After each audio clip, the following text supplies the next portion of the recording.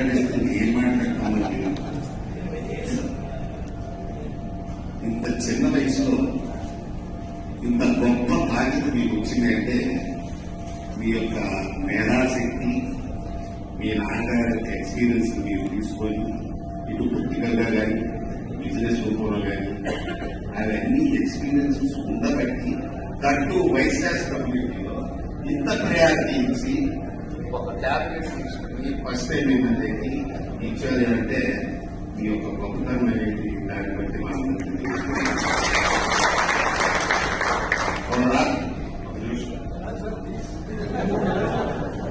ఒక రాజుగారి దగ్గరికి ముగ్గురు వెళ్ళారు, మీరే రాజుగారు ముగ్గురు వెళ్తే ఆ ఏంటి రా చెప్పు ఏదైనా నేను నెలైన అన్నం తినని ఒకటి చెప్పాడు, ఇంకోడన్నా వారమైన అన్నం తినని చెప్పాడు, ఇంకోడన్నా అయ్యా నేను పొద్దునప్పుడు అన్నం తినని చెప్పాడు. సమస్య లేదు, సరే పేరు నీకు ఏదైనా అన్నం కావాలి. రాజుగారు ఎందుకంటే నెలన్నోడు ఇంకొక 2 రోజులే ఉంటాడు చచ్చిపోడు, వారం కూడా ఇంకొక రోజు ఉంటాడు వాడు చచ్చిపోడు, వీడెవరో మరీ ఆనందంతో ఉన్నాడు పొద్దున్న తిన్నానని చెప్పి చెబుతున్నాడు. ఫస్ట్ సంగతి చూడండి. అలాగే ఇందాక ఇప్పుడు ఉన్నవాళ్ళందరూ కూడా శాస్త్రీరావు గారు నిర్వహిస్తున్నారు. వారి దగ్గర నుంచి ప్రెసిడెంట్ గారు కానీ ఇంకొకరు కానీ మాట్లాడిన అందరూ కూడా ఒకే ఇండస్ట్రీ గురించి మాట్లాడారు.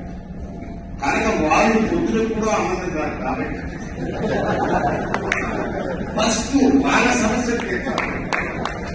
వాళ్ళ సమస్యలు తీర్చిన తర్వాత మిగతా ఇండస్ట్రీ సమస్య తీర్చాలి.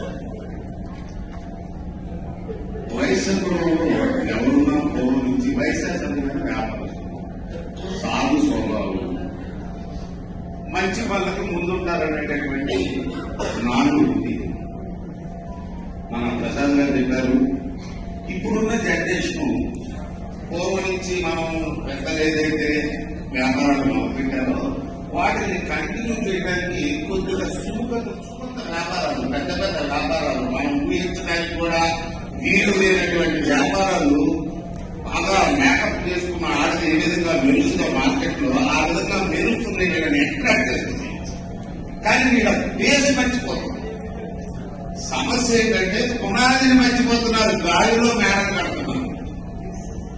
తల్లిదండ్రులకి తప్పట్లేదు సపోర్ట్ చేయడం.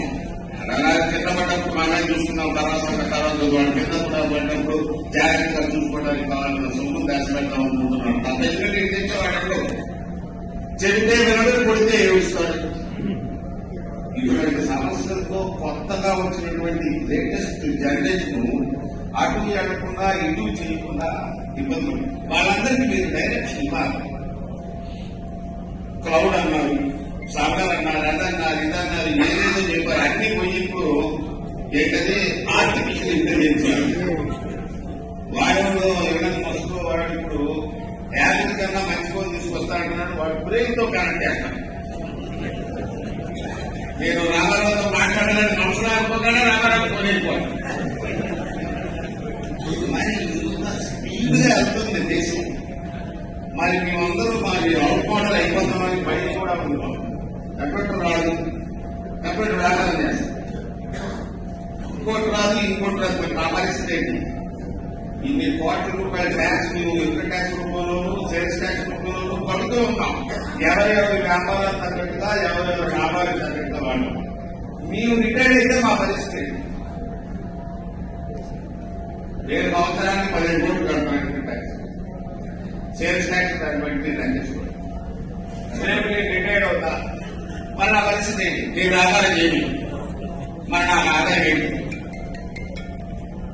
మీరు చూడాల్సింది దయచేసి ఇందాక బాగా ఆగ్రహంతో వాళ్ళతో పాటుగా అందరికీ కలిపి వ్యాపారస్తుడు 60 ఏళ్ళకో 70 ఏళ్ళకో రిటైర్డ్ అయి పని చేస్తున్నా కూడా వీడు కట్టిన ట్యాక్స్ నుంచి ఎంతో కష్ట నెలకి పెన్షన్ రూపంలో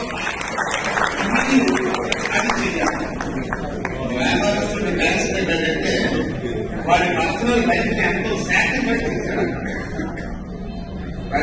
సినిమా కదా నేను రాని వాడి విద్య అంటాడు. నేను ఇంతే ఫండ్స్ సరే మొదలు పెట్టండి లాస్ట్ గురించి నేను వస్తున్నాను. సో ఆ పర్సనల్ లైఫ్ సాక్రిఫైస్ చేస్తాను. అట్లాగే ఆరోగ్యాన్ని కూడా సాక్రిఫైస్ చేస్తాం. ఉదయం 6ంటికి తెలుస్తాం, 1 గంటకో 2 భోజనం చేస్తాం, రాత్రి 8కో 9కో కబుర్లు చేస్తాం, తింటాం, మళ్ళీ ఎవరో పిలుస్తారు వేస్తాం, 12కో 1 గంటకో పడుకుంటాం.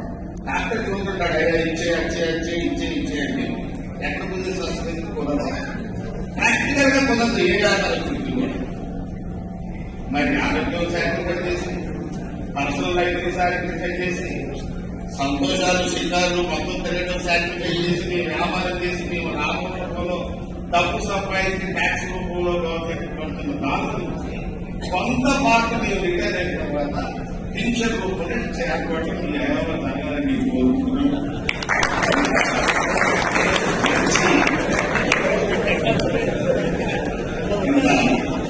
మంచి